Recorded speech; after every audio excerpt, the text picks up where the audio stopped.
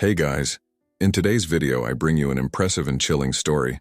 Let's get to know Theron Holloway, a young man who literally died and crossed over to the other side, where he discovered a shocking truth: life on Earth is an illusion. He merged with an infinite light, experienced the absolute knowledge of the universe and didn't want to go back, but he was forced. What he saw and heard on the other side will change everything you think about existence. So before we start, leave your like, subscribe to the channel so you don't miss any content like this, and activate the bell to receive all notifications. Now, get ready for this intense and revealing journey. My name is Theron Holloway, and I died. It's not a dramatic metaphor. It's not an exaggeration. I really died. I remember the blue sky above me on that warm June morning. The wind blew gently over the Lago Crystal, one of the most beautiful in Michigan, surrounded by dense forests and distant mountains that seemed to protect its stillness. The reflection of light on the water gave the landscape a surreal appearance, as if the lake were a liquid piece of sky. My friends and I had decided to spend the day there. It was the beginning of summer and the end of an era for us. In a few days, Noah and I were leaving for Chicago for college. Jasper still didn't know what he would do with his life, and Emily was considering a trip to Europe. That was our last summer together before we each went our separate ways. "I will miss this," Noah said, throwing a stone into the water. He smiled at me. "But not from you. You suck, Theron." I rolled my eyes, laughing. The feeling is mutual. Emily was lying on the sand with her feet touching the water, while Jasper played cartwheels in the lake. "Are you ready?" shouted Jasper. "Race to the platform." The platform floated about 50 meters from the shore. It was used for diving and playing, one of our favorite places on the lake. Without thinking twice, I dove into the water with the others. The feeling was invigorating, the heat of the sun giving way to the coolness of the lake. My arms and legs moved easily, propelling me forward.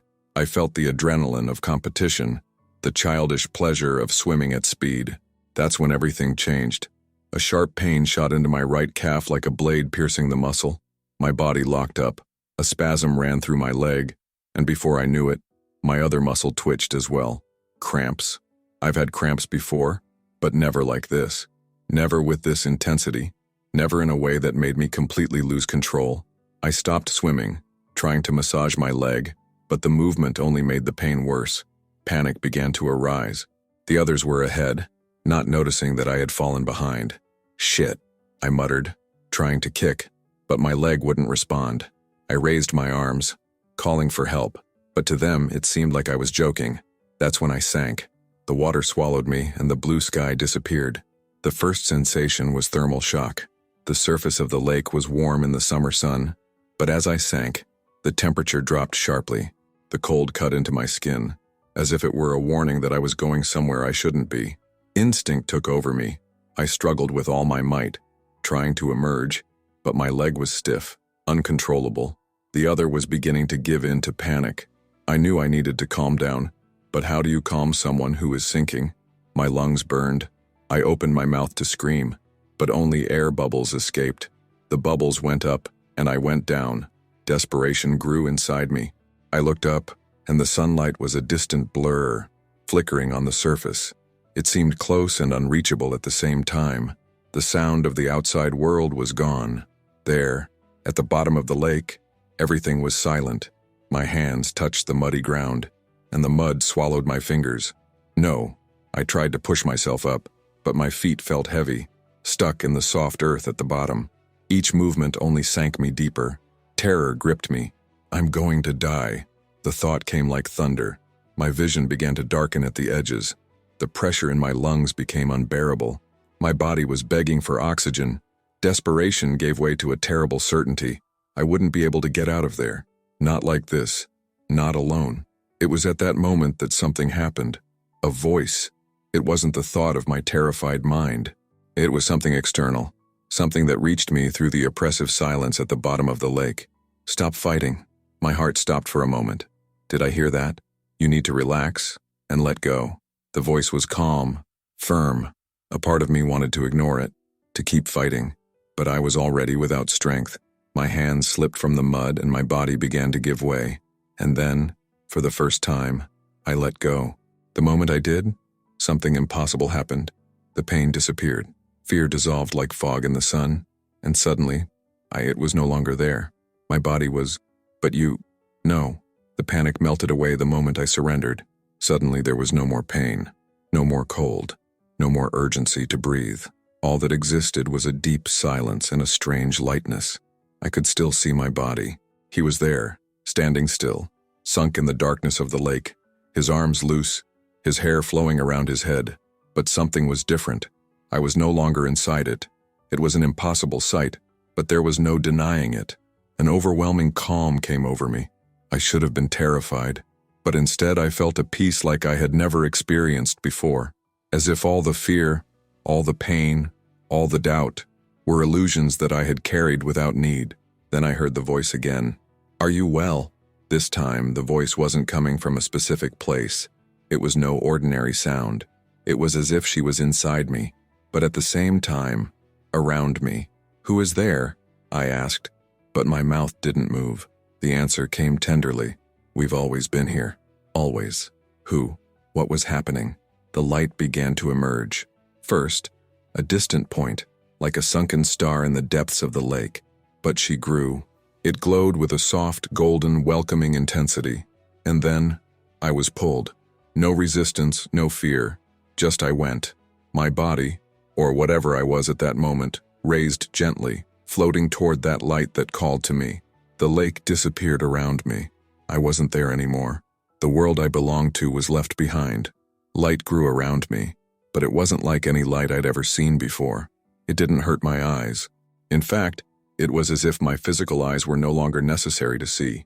The light involved me like an armless hug, like a wave of warmth that filled every part of my being.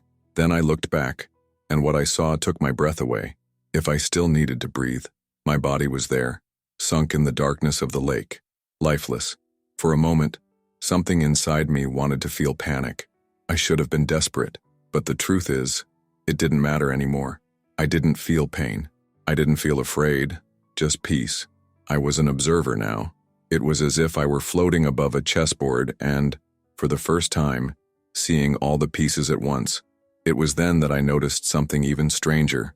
Below the surface, still close to my body, Noah was diving. They had noticed. Up above, Jasper and Emily were shouting, pointing at the water. Noah tugged at my arm, his face a mix of desperation and concentration. And me. I watched them, but without feeling part of that scene. That's when something changed. The light around me pulsed, and I got sucked in. In an instant, I left the lake behind and was transported to a tunnel of pure light energy. It was like I was falling, but without fear, as if he were traveling at an impossible speed, being carried by an invisible current. I was going somewhere, and I wanted to know where it was. The movement was smooth, almost hypnotic. I floated through the tunnel of light, but there was no gravity, no above or below, just a feeling of being carried by an invisible current, like a leaf being carried by the wind. The tunnel wasn't just made of light, he was vivo. It pulsed with an energy that I could feel within me, as if every part of this space resonated with my own existence. Vibrant colors that I couldn't name danced around me. It was as if everything was made of music and I could hear it inside me. Time did not exist. I didn't know if that lasted a second or 1,000 years. Then, as if passing through an invisible door, the tunnel disappeared, and I found myself floating inside a gigantic sphere. It was something impossible to describe. The immensity around me had no end, but at the same time, I felt like I was inside something, as if reality itself had bent around me. Then I saw the screens. There were thousands, maybe millions. Each one floated around me, like open windows into different moments in history. Instinctively, I looked at one of them, and I was sucked in. Suddenly, I wasn't myself anymore. It was a boy of about 5 years old, running barefoot along a dirt road. The sun burned my skin, and I felt the dust rising as my feet hit the ground. But that wasn't a dream. It was real. I could feel the heat of the sun, the wind on my face. But the strangest thing was that I knew that boy was me, a past life. Before I could process it, I was pulled to another screen. Now I was an old man, sitting at the bedside of a dying woman. I held his wrinkled hand, feeling the pain of his departure. But beyond my own pain, something impossible happened. I also felt what she felt. I felt the love she had for me, her sadness in leaving me. her acceptance of death. It was at that moment that I understood. I wasn't just reviewing my past lives. I was feeling everything I had ever made others feel. The weight of it was crushing, but at the same time, liberating. Everything was connected, and then the sphere disappeared, and I was faced with something even bigger. The light. The sphere dissolved around me like mist at dawn, and I was enveloped by something much greater. In front of me, an immense light, it pulsed like a living sun. But it wasn't just light. It was consciousness. It was love. The light vibrated with an energy that I couldn't fully understand, but that somehow touched me, filled. I didn't see a human form there. There wasn't a face, but I felt that this presence knew me. You knew who had been there before. And then, without sound, without words, but in a way that resonated within me as an absolute truth, the light spoke to me. Don't be afraid. Those words were like an explosion inside me, as if all the barriers I still carried simply evaporated. And then, once again, the voice enveloped me. I love you. I felt this phrase. It was unlike any love I had ever experienced on earth. It wasn't a conditional love. It didn't depend on what I did or didn't do. It was pure, absolute, eternal love. And before I could react, the voice multiplied. Behind that bigger light, other lights began to shine. Billions of them. They were like stars in the universe, but at the same time, you knew that each of them was a soul, an individual existence. And all these lights came together to say a single sentence, "Welcome home." And at that moment, I cried. Not with tears, because in that place I no longer had a body, but I cried inside my own soul. Why? For the first time in my life, I was home. The earth, my fears, my struggle, everything now seemed like a distant memory. There, in the presence of that light, I felt complete. I was accepted. I belonged. I never wanted to leave there again. But the light was not over. There was still more to show me, and what came next would forever change my understanding of everything. Light pulsed around me, and something incredible began to happen. She was not just before of me. She involved me completely. It was as if the very essence of that light was absorbing me, and I couldn't resist. On the contrary, I wanted that. I was overcome by an indescribable sensation, as if the entire weight of my being was dissolving. There were no more boundaries between me and the light. There was no me and her. We were one. Imagine a drop of water falling into the ocean. The drop still exists, but now it's part of something much bigger. That's how it happened. You knew everything. You understood everything. Somehow, in that sublime moment, every question I had ever had in my life was answered at the same time. What is life? Life is a school, a theater where each soul plays a role, learning lessons that bring it closer to that same light. What's the point of it all? The purpose is to love. Love in all its forms. Love is the only thing that really exists. What about evil? Evil is not a force of its own. It's just the absence of love, like the shadow which only exists because there is light somewhere. Understanding was instantaneous. There were no words, no explanations. I just knew, and at that moment, I realized that Earth wasn't real. It was a game, a learning experience. I saw the world as a great theater, where each of us takes on a temporary character, believing that our pain and our struggles are what really matters. But when we left there, we realized the truth. We are infinite. We are made of the same light that now embraced me. And then a thought filled me. I didn't want to go back. That was my true home. That was where I belonged. I never wanted to leave there again. But then something happened. Something I didn't expect. The light spoke to me again, and what she said changed everything. I was complete. There was no longer any separation between me and the light. The fusion was total, absolute understanding, infinite peace. But then something unexpected happened. The light communicated again. It wasn't a sound, it wasn't words as we know them, but the message was clear, engraved within my own consciousness. You need to go back. The impact of those words hit me like a shockwave.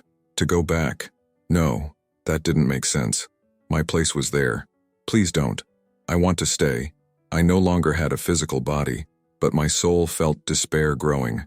The mere idea of returning to Earth, to that limited and pain-filled world, was unbearable. The light remained serene.